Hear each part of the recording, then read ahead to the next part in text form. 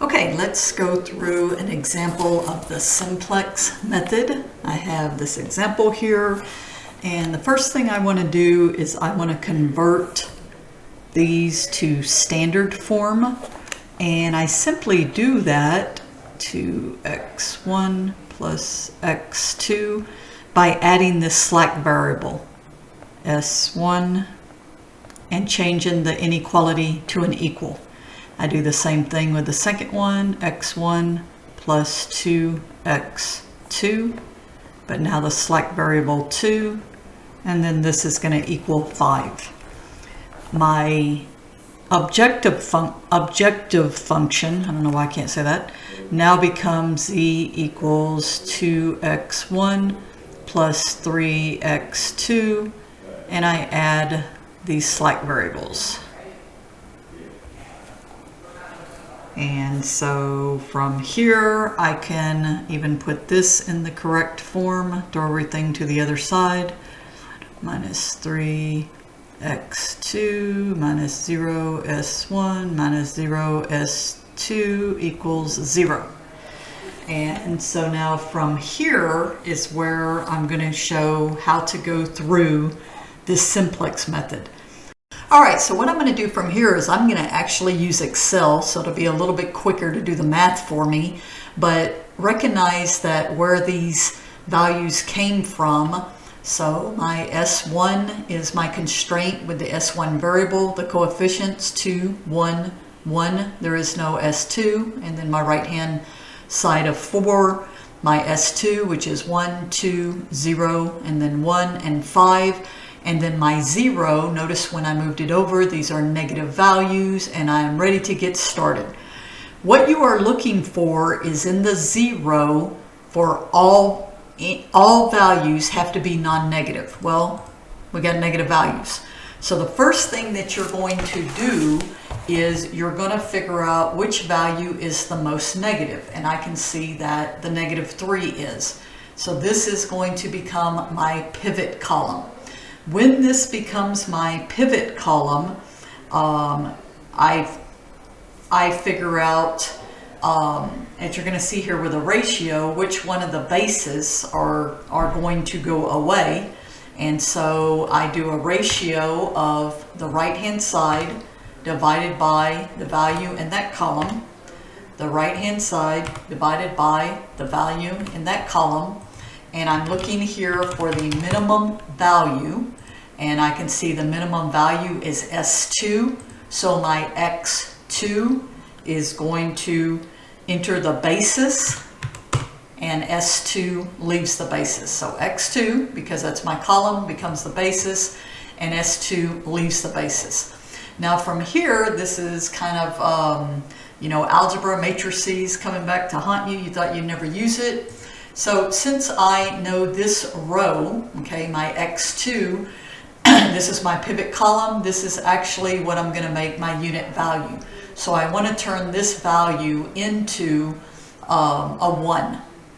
These, I can just simply copy these values. So I'll copy that one, I'll copy that one, and then I'll just copy these straight across. Copy these straight across. So all I did was just copy those rows. So I could turn this value of 2 into a 1 by simply taking 1/2 times row 2. And so I will come here and I'll do 1/2, or basically take row 2 and divide by 2. Copy that straight across, so it's doing this value divided by 2, this value divided by 2, and so on. And you can see I got what I wanted. So this is what I wanted. I wanted to turn that into a 1. Now, because this is my unit, I have to make the other two values zeros. So I'll concentrate on this one first. You could do these in less steps, but I'm going to do these just to show each step. I am going to keep these values. So I'm going to copy this straight across. I'm just simply copying and pasting. But now I need to turn this into a 0. And I could see I could do this by simply taking row 1 minus row 2, right? Because row 1 minus row 2, that would become a 0.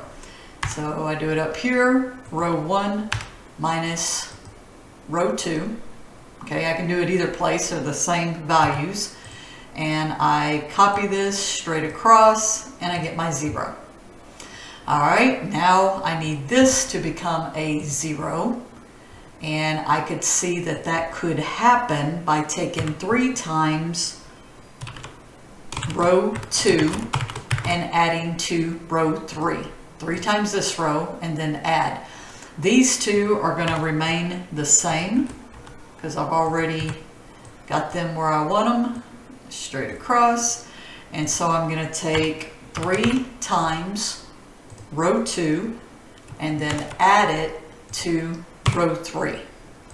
I go straight across and I see I got my 0. Looking good. Alright, is this optimal? No. Why? Because we have a negative value here. Okay, so maybe I should do something with the negative values. I don't know, make it a different color. And because we have a negative value, make that a different color. So we can't stop. So because this is not optimal, because we have still a negative coefficient, I am going to highlight my column here. And now I have to figure out, based on my ratio again, which one of these, oh, and I'm sorry I haven't been copying these. So this is x2, and this is x2, and x2. So now what I have to see is, based off of my ratios, which one of these are going to become my unit. And so I do my ratio. Let's just do them. I guess we'll do them right here. My ratio, which equals my right-hand side divided by that value. As you can see, that's 1. My right-hand side divided by this value, you can see that's 5. This is my minimum value, which says my S1 leaves, and this becomes X1. So X1. So I can kind of just go ahead and copy those down. All right. So I do the same thing as I did above. From here, I'm concentrating. Well, let's go ahead and just get these values copied, straight across. So I'm trying to figure out how to turn this into a 1. If you think about it, this is the same thing as 3 halves. So I could take 2/3 times this row. So equals 2/3 times this row. And I got my 1. That's what I wanted. So let's kind of highlight that because that was my focus. Now I'm going to move to my next focus that I need to turn this into a 0. So let's just copy this row and this row. Like I said, you could do this a little bit faster just using one table, but I'm kind of wanting to show you each step. So I have to turn this value into a 0, and I see I could do that by taking this row 2 and subtracting it times 1/2 row 1, because if I make that -1/2, then these will cancel out. So I take my row 2 and then minus 1/2 times my row 1. And I get my nice 0. And there we go. All right, looking at the last one here, I want to turn this into a 0. So these values are going to stay the same. Nothing changes here.